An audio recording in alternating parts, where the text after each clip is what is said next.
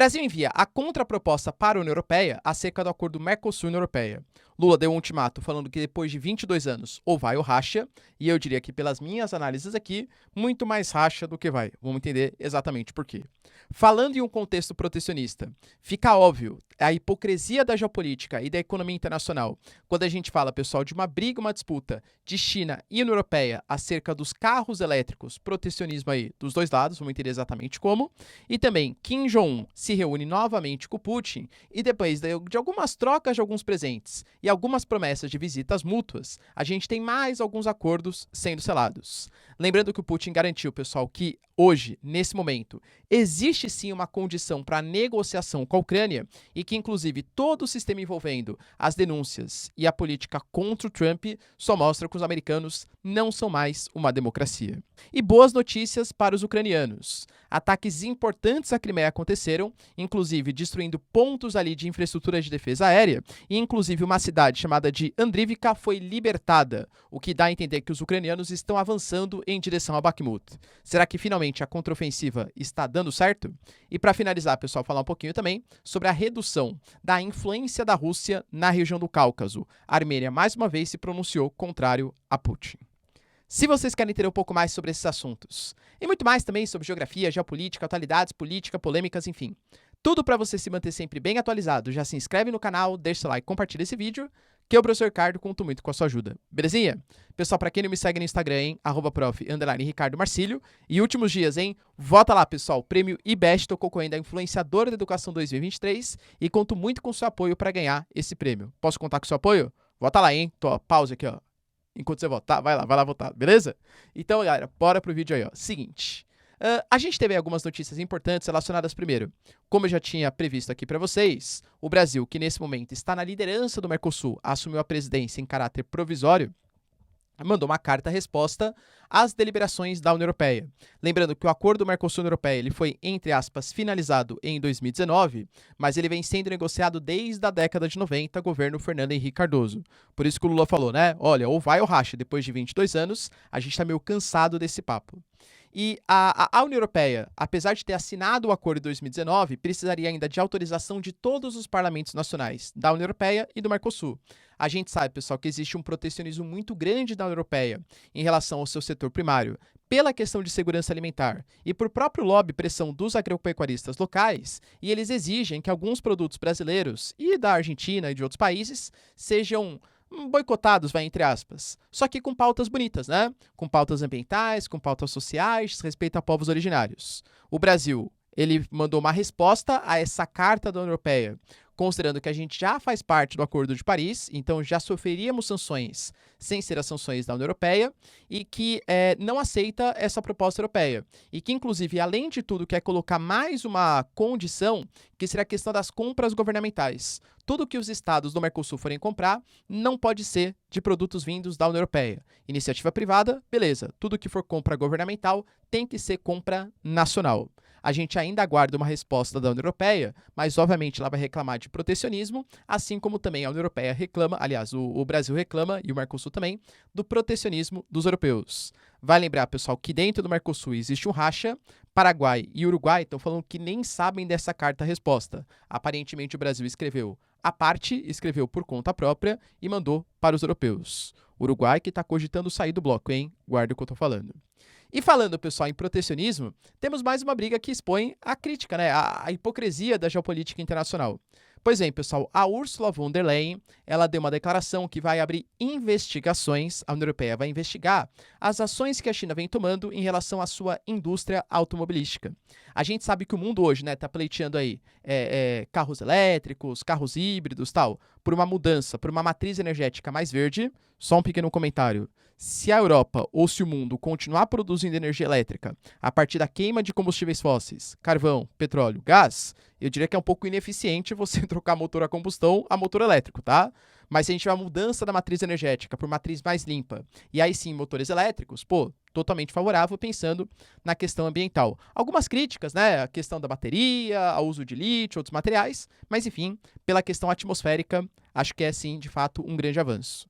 Mas A China, pessoal, vem entrando forte nesse mercado, o mercado nacional chinês muito forte, e agora vem expandindo as suas marcas. Para quem gosta do mercado automobilístico, não sou, tá, um grande entendedor, mas você tem aqui no Brasil, né, a GWM, você tem a BYD, você tem a Chery, por exemplo, uma série de marcas com seus carros elétricos, carros híbridos, cara, que estão com preços muito mais competitivos, né, que os preços aí dos carros mais tradicionais. Se não me engano, até a própria Volvo, né, que vai lançar agora um carro elétrico mais baratinho, cara, tem agora forte influência dos chineses por trás. E isso vem incomodando a principal indústria automobilística mundial, ou uma das principais. A gente pega, pessoal, França, com a Renault, com a Citroën, você pega a Alemanha, principalmente, né, com o BMW, Audi, Mercedes, Volkswagen e por aí vai, eles estão incomodados com a falta de competitividade das indústrias nacionais. E aí, o que eles estão exigindo?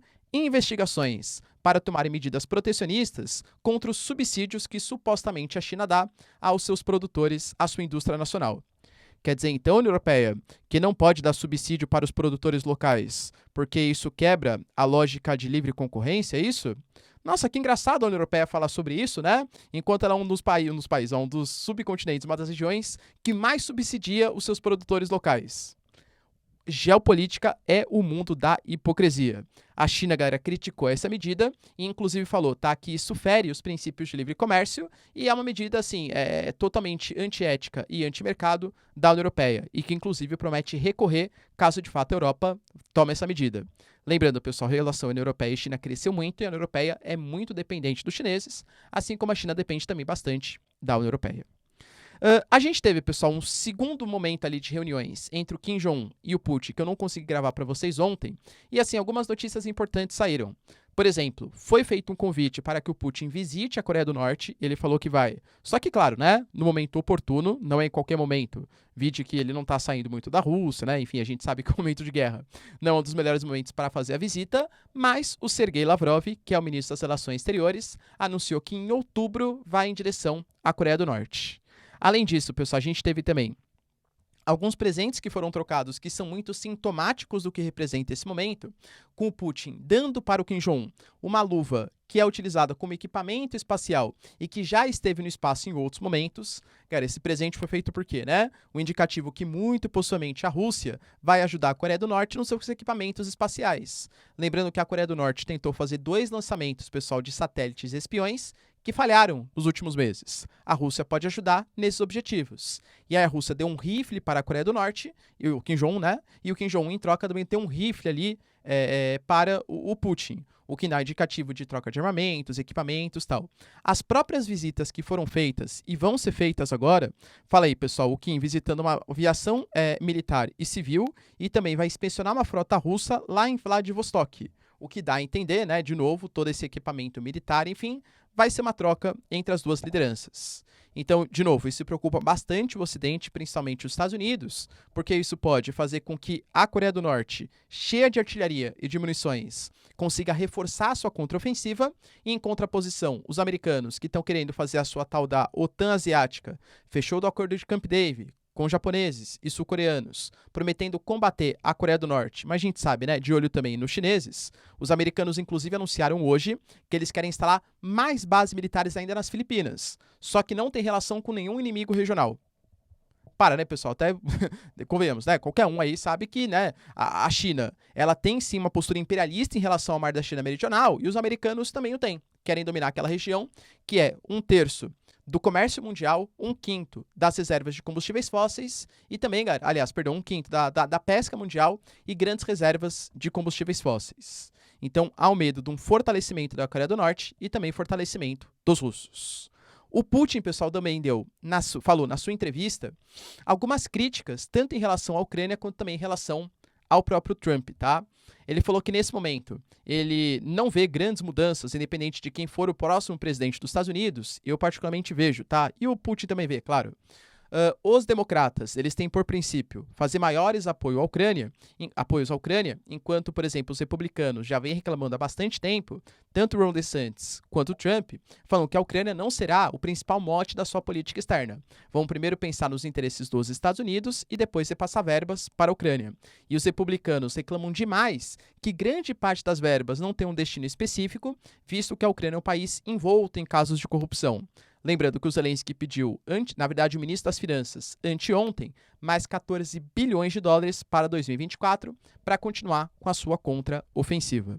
Falou mais também, pessoal, falou também da questão de quando que os ucranianos, de fato, eles vão tentar assinar um acordo de paz. Lembrando que nesse momento, pessoal, é proibido, tá? O Zelensky, ele promulgou uma lei que é proibido fazer qualquer tipo de negociação com a Rússia, enquanto a Rússia ocupar integralmente o território. E o Putin deixou bem claro que a Ucrânia vai sim negociar. Quando? Quando ela perceber que não restam opções. Ou seja, ele até falou, né? Olha, o fornecimento de caças F-16, isso vai mudar o conflito? Não vai, só vai mais prolongar o sofrimento dos ucranianos. Ele fala a todo momento, né? Olha, o Zelensky não pensa no seu povo, tá mandando o seu povo lá pra morrer, tal, essas coisas. Óbvio que é da narrativa também, pra tentar convencer o mundo. Pô, pra que apoiar a Ucrânia, né? Já tá perdendo, tudo tal. Enfim, a gente já vê que hoje a Ucrânia teve algumas boas notícias, tá? Vamos ver aqui no decorrer do vídeo. E falou também, pessoal, que a Rússia tá cheio aí de reservistas, que só nos últimos 6 meses, 270 mil militares se alistaram no exército russo de bom grado. E o Shoigu, galera, também falou que não existe outra opção para a Rússia a não ser a vitória frente aos ucranianos. Então, assim, segundo Putin, tá? Não existe chance de vitória para os ucranianos, a Rússia está bem na frente nesse momento. Só que, ao mesmo tempo, a gente teve algumas notícias importantes em relação a ataques à Crimeia. Lembrando, pessoal, que no futuro próximo, caças F-16 vão chegar, o Atacams, né, mísseis Atacams, de alcance de 300 km também vão chegar, e a gente vai ter o Abrams também, tanque super imponente, super importante dos Estados Unidos, que deve mudar pelo menos um pouco o cenário do conflito. Só que mesmo assim a Ucrânia conseguiu avanços importantes, ou ataques importantes. Por exemplo, já tinha atacado a Crimeia anteontem, falei para vocês no vídeo de ontem, afundando, pessoal, uma embarcação e um submarino, coisa que não acontecia há 80 anos, pelo menos. E ontem a gente teve a notícia que Triumph, que é o maior complexo russo de defesa antiaérea na Crimeia, também foi atacado. Aparentemente, pessoal, 10 lançadores eles foram destruídos e ficar ao norte da base naval de Sevastopol. Poxa, então mais uma vez uma área super estratégica na Crimeia foi atacada com drones e a Rússia não conseguiu repelir. A Rússia divulgou informações que conseguiu repelir, mas o Ministério da Defesa da Ucrânia, ele vai, através de fontes extraoficiais, não é oficial, confirmando esse fato. E além dos ataques à Crimeia, conseguiu reconquistar também um território relativamente estratégico, que é a cidade de Andrivka, que, galera, para quem não sabe, fica ali no entorno de Bakhmut. Bakhmut, para quem não lembra, foi aquela cidade super estratégica que teve, né, depois de meses ali, disputa do Grupo Wagner contra as tropas da Ucrânia. O Grupo Wagner conseguiu derrubar aquela cidade, tornou aquela cidade em ruínas, e hoje está dominado não pelo Grupo Wagner, né, por todos os acontecimentos, mas por grande parte do exército russo.